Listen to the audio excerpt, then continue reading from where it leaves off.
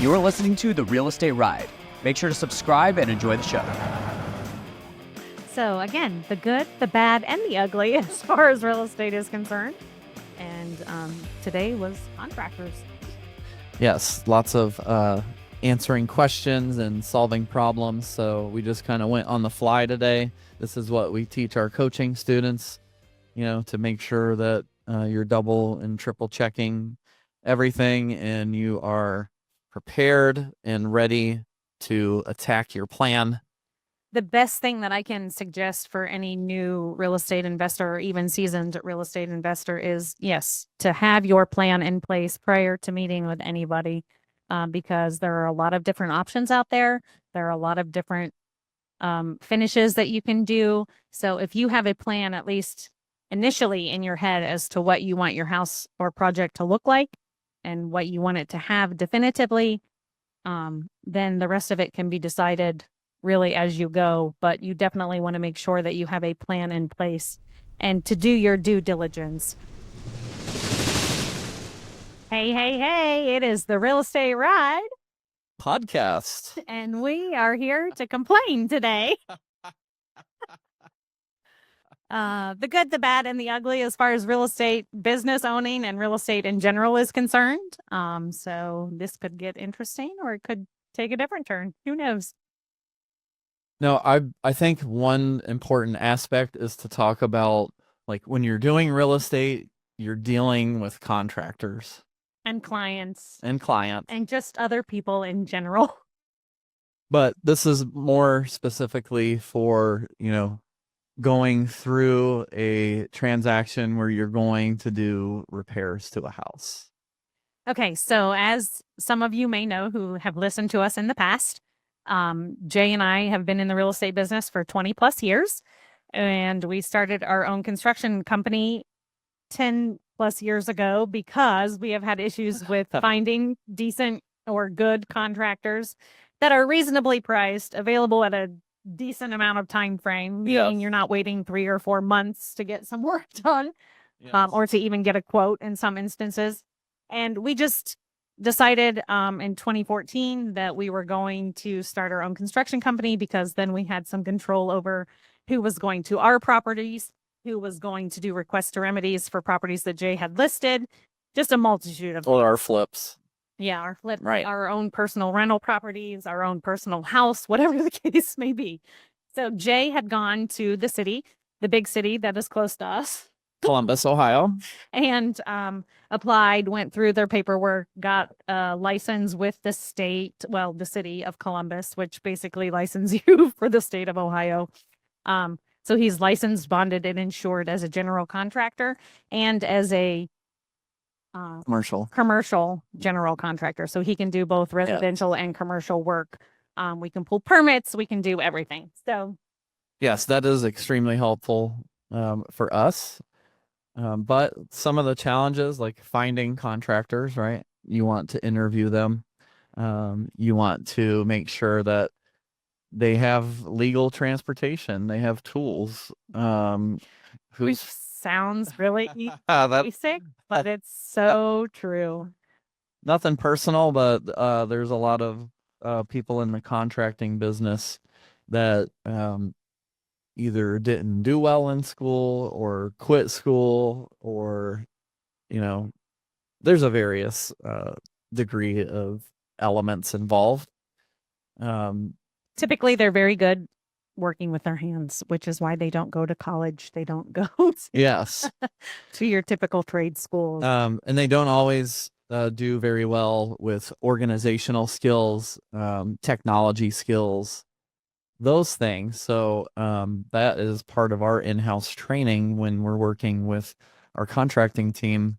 We're teaching them how to do videos and pictures and do updates. Like, you want to know what's going on with your house, right? Yes. So you can't be there every day typically. And so you want to know what's going on each day. I think if you hired someone or you hired us, you would want an update with what we're doing, what's happening, any Right. issues we ran into. change orders. That's when you're doing a project and you found something new underneath siding or underneath shingles or in the wall. Drywall or Right. whatever. Right. You take the wall out. Annie and I did one where we were going to replace the back door. And when we took the trim off, we discovered that the framing for the door was eaten by termites. So now we're taking more drywall off, right? And now we've figured out that there's an entire wall that needs rebuilt. Right. So that wasn't in the scope of work, and Change order. that's called a change order. So you should be informed of that prior to that Work. that work being completed, and you should get pricing on it, and you should get approval on it, and all of that should be done right then before any additional work is done in that job or that area of that particular job. So 10 years ago, when we started this construction business, it was really just Jay and myself and one assistant that we had working for us on a part-time basis. And then it quickly grew to 2 assistants and 4 or 5 contractors, in addition to all of our real estate deals that we've been doing otherwise. So the construction company is a completely different company from the rest of our companies. It's a separate LLC. It has its own team. It has its own employees. It's kind of gotten from 4 or 5 contractors that were 1099s to now we have 25 contractors. Some of them are employees. Some of them are 1099 contractors still. Yes. We have 2 admin people and 3 project managers. So it's grown significantly in the 10 years that we've had it. And yes, that comes with a multitude of good things and bad things, right? And people tell you to get multiple estimates because you really need to contact multiple people just to even get one estimate. It's crazy, but we did a flip with our daughter 8 years ago when she wanted her car, and we're like, we're not buying you a car, but we'll teach you how to flip a house, and you can use whatever profit you make to buy your car. And so we walked her through the whole process, held her hand through the whole thing, as we do with most of our coaching students that haven't had any, definitely with the ones that have 0 experience in real estate. And again, she was turning 16. So I think newbie she real called estate investor. 10 people I think 10 or 12 for her project. 10 or 12 different. We wouldn't let her use our guys At first, we would at not. first. And wanted her to get the real experience of being a real estate investor, right? And flipping houses. So we had her reach out to 10 different contractors, or attempt to get bids on redoing the house. yes.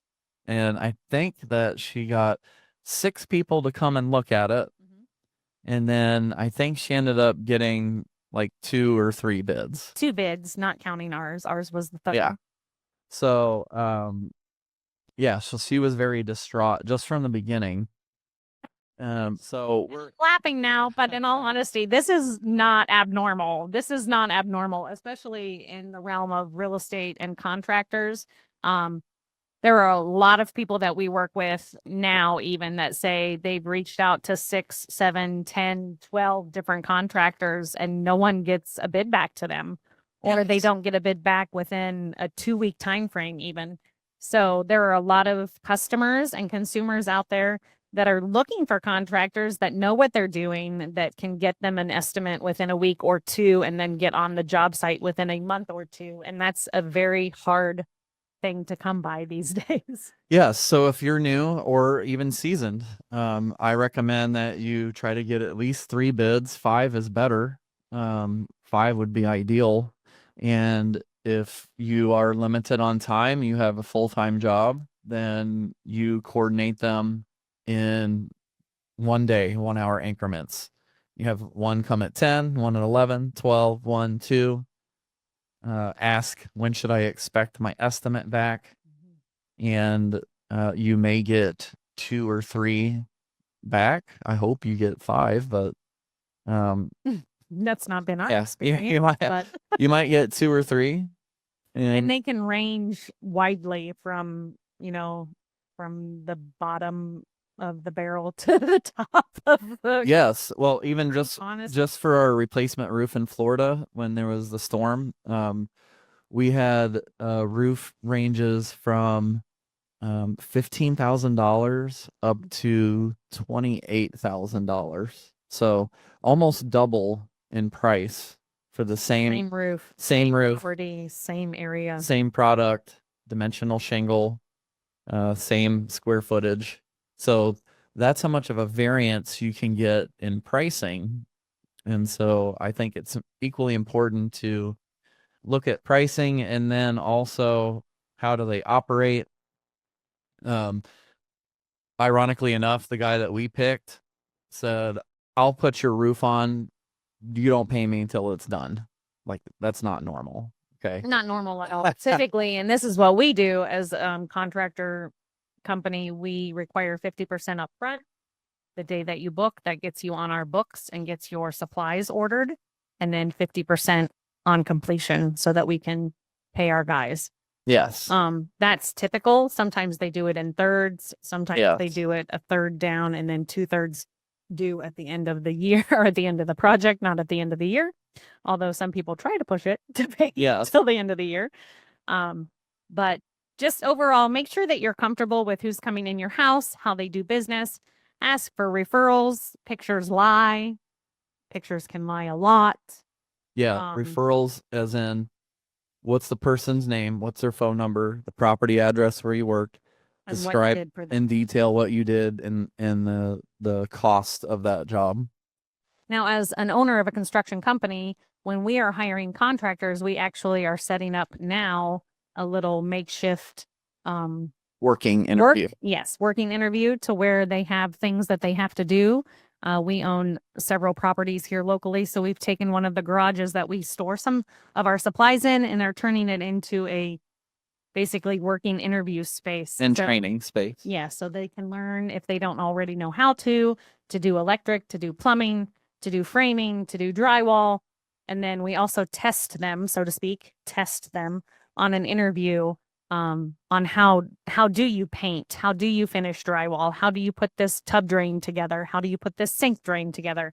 How do you install a washer box? Whatever the case may be. Yeah. So that we can see the steps they take to do it. And then also, if they do not know how to do it, the steps that they can be shown and therefore taught how to do additional things. Because as business owners, we prefer our contractors to be well-rounded. Like, we have hired certain people on in certain areas, but then we also train them in the different areas that they don't already know, so that at any given time, any person that works for our construction company, which is Extreme Equity Construction, doing business as the property pros these days, they can go to a job site no matter what is being done and finish it start to finish. And then that way, if someone gets sick and cannot be there, or if something happens with their family and they need to take the day off, the project doesn't stall because there's only one guy that knows what they're doing. Yes. And you need to talk to your municipality, city. That's a lot easier to say today. You can talk to your city about what things you can do in your city without a license. So most of the counties that we work in Central Ohio do not require a license to do electrical or plumbing. For residential stuff. In the city of Columbus, they most definitely do. And so, if we work in Columbus City, we're using licensed electricians and plumbers and HVAC techs. If we're working in the outskirted areas, we have staff members that are trained in those fields and can execute that work locally. And so that's important also to know, what the regulations are. Yeah, because you want to make sure that you're in compliance and not doing things that you aren't supposed to be doing, or doing things the right way. So if you need to pull a permit as a general contractor, you can do that. If you need to pull a permit as a homeowner instead, then you can discuss the homeowner situation with the homeowner. It's him or herself, and they could potentially pull that permit for you. It just depends. Again, like Jay said, Columbus is different than the city that we currently do business in, the majority of, which is Newark. And Coshocton, which is east of us, is different than Newark and different than Columbus. There are different outskirts of Columbus that require permitting for some stuff, licensing for some stuff. It just depends. So the best way is to call the city, township, village, whatever you live in, and get the specifics, or wherever you're going to be doing the work. Yes. I And- did mention Coshocton, but they use a different county for permits. It's just totally crazy depending on where you're at. Yeah. And then also it is very helpful to get better and more accurate estimates if you have a plan for exactly what you want to do with your house. So when you go in a house and look at it, right then you're deciding like, what does this house need to make it sellable? Never think that you can do everything that you want, because if you're looking to make profit, that doesn't exist. Okay. Typically you're giving something up, Right. So that you can make your budget and still make it a profitable deal. So we'll go in and say, okay, this has to be done. And then what is it that we want to do? Or especially where can we add value? Like, where can we add a half bath, a full bath? Is there living room, family room, dining room, and kitchen on the first floor? So can we take one of those rooms, close it in, build a closet? Now we have a first floor bedroom. And then in addition to that, is there then space attached to or somewhere near that first floor bedroom that you can add a full bath as well? Because that's sometimes also available. And then, there's different details that you need to go into. If you're adding a bath, and it's on a septic, you need to make sure that the septic tank holds an additional bath, or an additional bath, I should say. My tongue got tied a little bit, but just make sure that whatever or whomever you're dealing with, whatever you're planning on doing, that person knows exactly, because there are a lot of steps that go into it. For instance, a homeowner or you as a flipper could say, I want to add a barn door, but the barn door can't be held up with the existing header. So, Yes. or there is no header where you can put a barn door.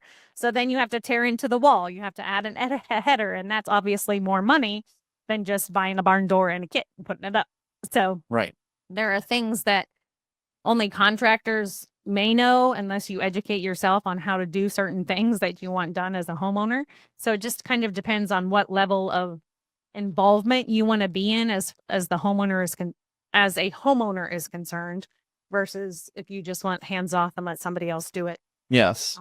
And if you have plans, whether hand drawn or on the computer, and it says this is what's going in, this is what I want, there's no question about the job that needs to be done. Right. Like, it's all laid out on paper. And that's important for contractors to be able to follow a plan, because if you don't give them a plan, they make up their own plan. And it could be right and it could be wrong. It just depends on the knowledge of the contractor and the skill set that they have.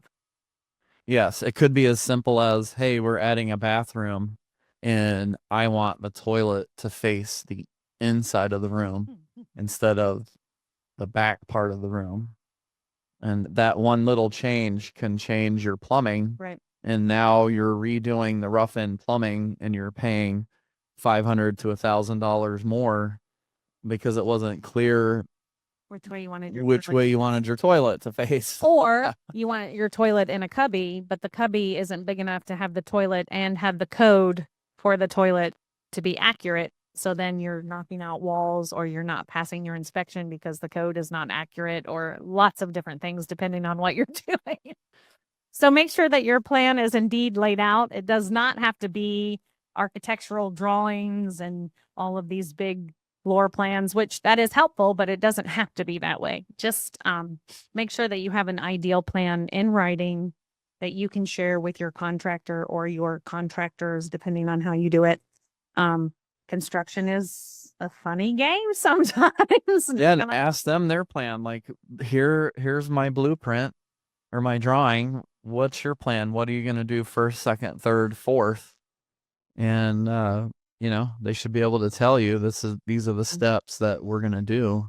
For sure. I was just talking to a client today, and they weren't sure what kind of heating system they're going to put in, but they're going to redo all of the electric. So I'm like, well, you can't do your electric plan until you know, are you putting in an electric furnace or a gas furnace?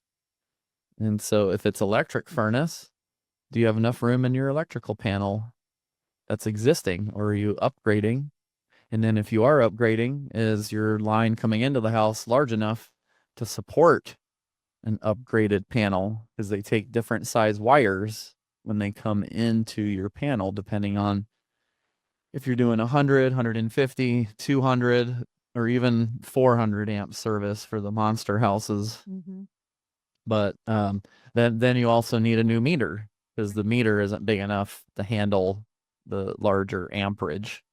And so all of that, like that one question alone, can cost you an extra $1,000 or $2,000. And same with the if it's on a septic system and you're adding a bathroom, that could cost you an additional 15 to 20 grand just in a septic system. Yes. So again, the good, the bad, and the ugly as far as real estate is concerned. And today was contractors. Yes, lots of answering questions and solving problems. So we just kind of went on the fly today. This is what we teach our coaching students, to make sure that you're double and triple checking everything and you are prepared and ready to attack your plan. The best thing that I can suggest for any new real estate investor or even seasoned real estate investor is, yes, to have your plan in place prior to meeting with anybody, because there are a lot of different options out there. There are a lot of different finishes that you can do. So if you have a plan, at least initially in your head, as to what you want your house or project to look like and what you want it to have definitively, then the rest of it can be decided really as you go. But you definitely want to make sure that you have a plan in place and to do your due diligence, meaning whether you're buying a house, whether you're renovating a house, whether you're using contractors that you've never met before, do your due diligence. Make sure that you check the references, make sure that you are getting those pieces of the plan put together into a overall plan that is not going to cost you $50,000 over your budget because they did all of this stuff that didn't need to be done, that you didn't want to have done because they didn't know your plan initially. Because if you give them free reign, they will definitely jack your bill. Yes. I wanted to mention, we're here for you. So if you have topics that you want us to discuss, please reach out. We're on social media, and then we can also be found at jay@jayandannieadkins.com or annie@jayandannieadkins.com. And this has been the Real Estate Ride. We'll see you on the next trip. Hey everybody, it's Jay. This is Annie. We are so grateful for you joining us on our podcast and listening in and participating. We want to offer you this additional free bonus, and that is joining our Facebook group. Yes, where we will have other individuals, not just us, but having conversations on all things real estate, and we would love to have you join us. So just click the link below and head on over and join our group. Thanks, guys. We'll see you on the other side.